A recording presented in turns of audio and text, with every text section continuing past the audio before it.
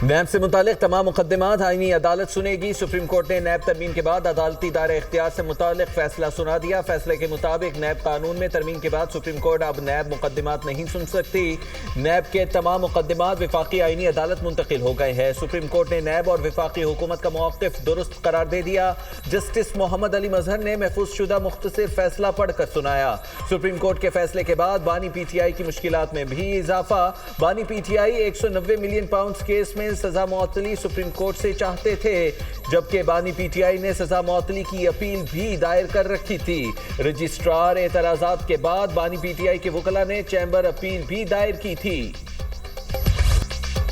अमरीका की मुसलसल 13वीं रात ईरान पर बमबारी आवाज। शहर में अमरीकी हमलों में 4 अफराद शहीद, 5 जख्मी। बंदर अब्बास पर अमरीकी मिसाइल हमलों में 2 अफराद जख्मी हुए।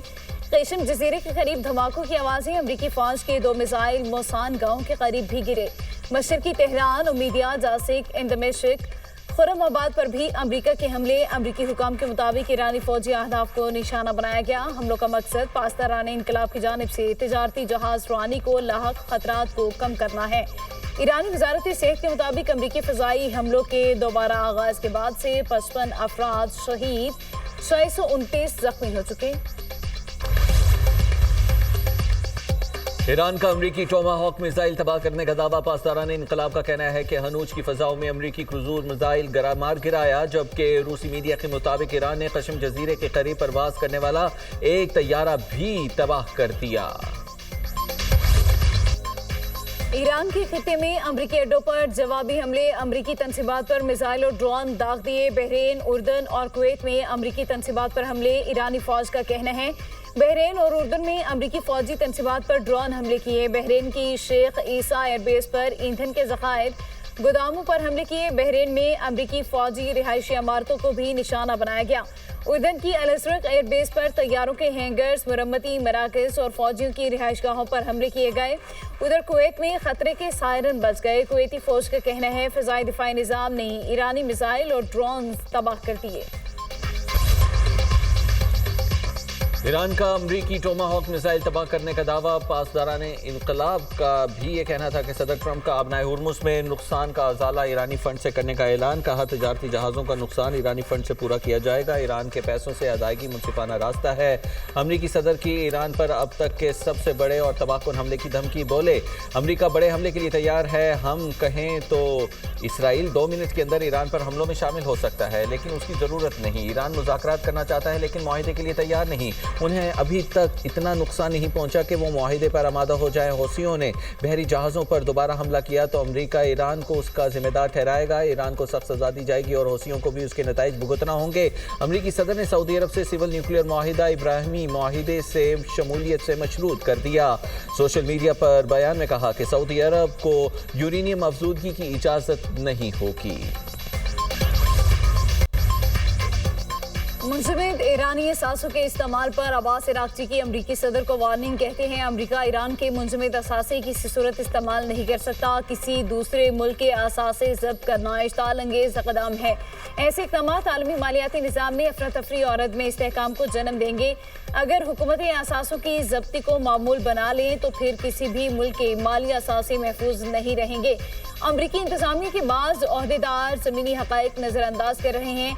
उनकी तमाम तवज्जो सिर्फ 2028 के सदारती इंतखाबात पर मरकूज है। ट्रंप को जारहियत की भारी कीमत चुकाना होगी। अमेरिका ईरान को सजा देना चाहता था, लेकिन अमेरिका ने ईरान के बजाय खुद को मुआशी सजा दे दी। अमेरिका की हिकमत अमली उल्टा उसी पर भारी पड़ गई। आलमी मार्केट में तेल की कीमतें फिर बढ़ रही हैं। ईरानी स्पीकर बाक़िर कालिबाफ का बयान। ईरान के सुप्रीम लीडर के मुशीर मोहसिन रज़ाई कहते हैं अमेरिकी सदर डोनाल्ड ट्रंप की जानिब से ईरान के शहरी बुनियादी ढांचे को निशाना बनाने की धमकियां इस बात का सबूत है कि वो मायूसी का शिकार हो चुके। तेहरान मुसलसल फौजी हमलों का सामना करने के बावजूद जवाबी कार्रवाइयां जारी रखे हुए है। अगर ईरान के बुनियादी ढांचे पर हमला किया गया तो हमारा जवाब मजीद शदीद होगा। ईरान पर हमले में इस्तेमाल होने वाला बरतानवी फ़िज़ाई अड्डा जायज़ हदफ होगा। ईरान की वार्निंग। ईरानी वज़ारत ख़ारिजा का कहना है ईरान पर हमलों में मददगार मुल्क को नताइज भुगतना होंगे। हमलों में बरतानवी फ़ौजी अड्डों का इस्तेमाल बैनुल अक़वामी कानून और अक़वाम मुत्तहिदा चार्टर की खिलाफ वर्जी है। हमलों में मुआवनत जंगी जुराइम में शराकतदारी के बराबर है। पासदारान इनकलाब का कहना है बहरा हिंद में मौजूद अमरीकी बहरी जहाज़ों के क्रूज मिसाइलों के ज़खायर कम होने के बाद अमरीका ने B-1 बमबार तैयारों का इस्तेमाल किया। अमरीकी ऐवान नुमाइंदगान ने ईरान के खिलाफ जंग रोकने की करारदाद फिर मंजूर कर ली। रुकन कांग्रेस प्रामीला जयपॉल ने करारदाद पेश की। करारदाद के हक में 214 और मुखालिफत में 208 वोट आए। 4 रिपब्लिकन अरकान ने करारदाद के हक में वोट दिया। अमरीकी सेनेट ने ईरान जंग रोकने की करारदाद मुस्तरद कर दी। करारदाद की मुखालिफत में 49 और हक में 47 वोट आए। वज़ीर-ए-आज़म ने लेफ्टिनेंट जनरल आमिर रजा को 4 स्टार जनरल के ओहदे पर तरक्की दे दी। लेफ्टिनेंट जनरल आमिर रजा को कमांडर नेशनल स्ट्रेटेजिक कमांड मुकर्रर कर दिया गया। वज़ीर-ए-आज़म ने जनरल आमिर रजा को तरक्की और नई जिम्मेदारी पर मुबारकबाद पेश की।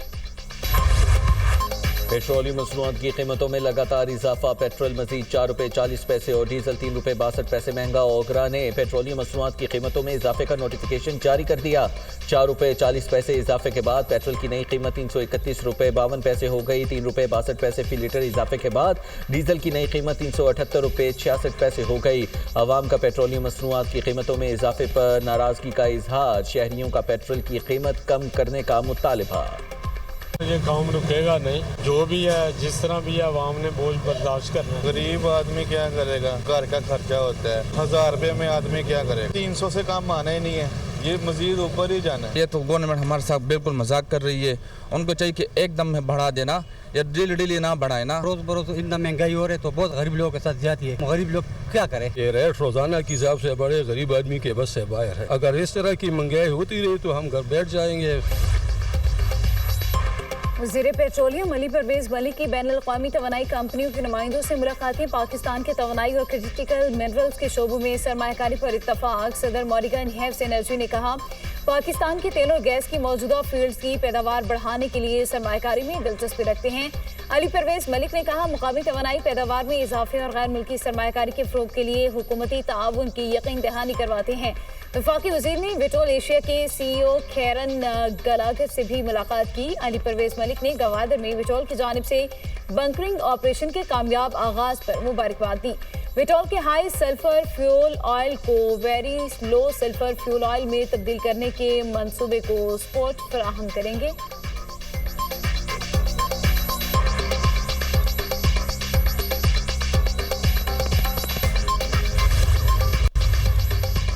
वज़ीर-ए-आज़म की क़यादत में डिजिटल पाकिस्तान ने वाज़े रुख इख्तियार किया। आज किसी भी मुल्क की खुद मुख्तारी का मेयार टेक्नोलॉजी की तरक्की है। वफाकी वज़ीर IT शीज़ा फ़ातिमा ख़ाजा ने रास एक्सपो से खिताब में कहा कि रास एक्सपो 2026 में 20,000 अफराद आए। तरक्की के लिए मईशत में बेहतरी नागुज़ीर है। टेक्नोलॉजी मईशत का एक ज़रिया ही नहीं, पैदावारी सलाहियत का असल मुहर्रिक भी है।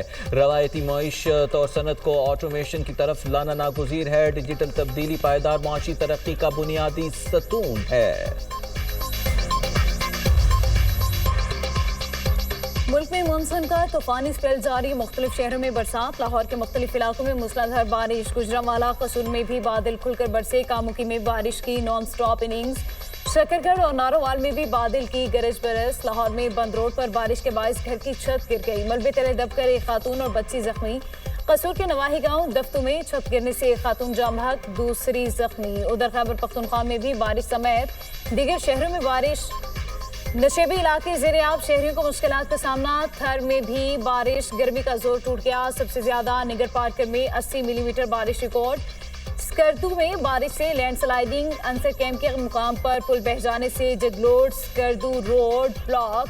देवसाई स्कर्दू रोड भी बंद है। बल्तिस्तान का ज़मीनी राबता मुनक़ता। रोंदू के इलाके तोरमक में सैलाब से कई मकानात तबाह। राबता सड़कें, पुल, खड़ी फसलें और हज़ारों दरख्त बह गए।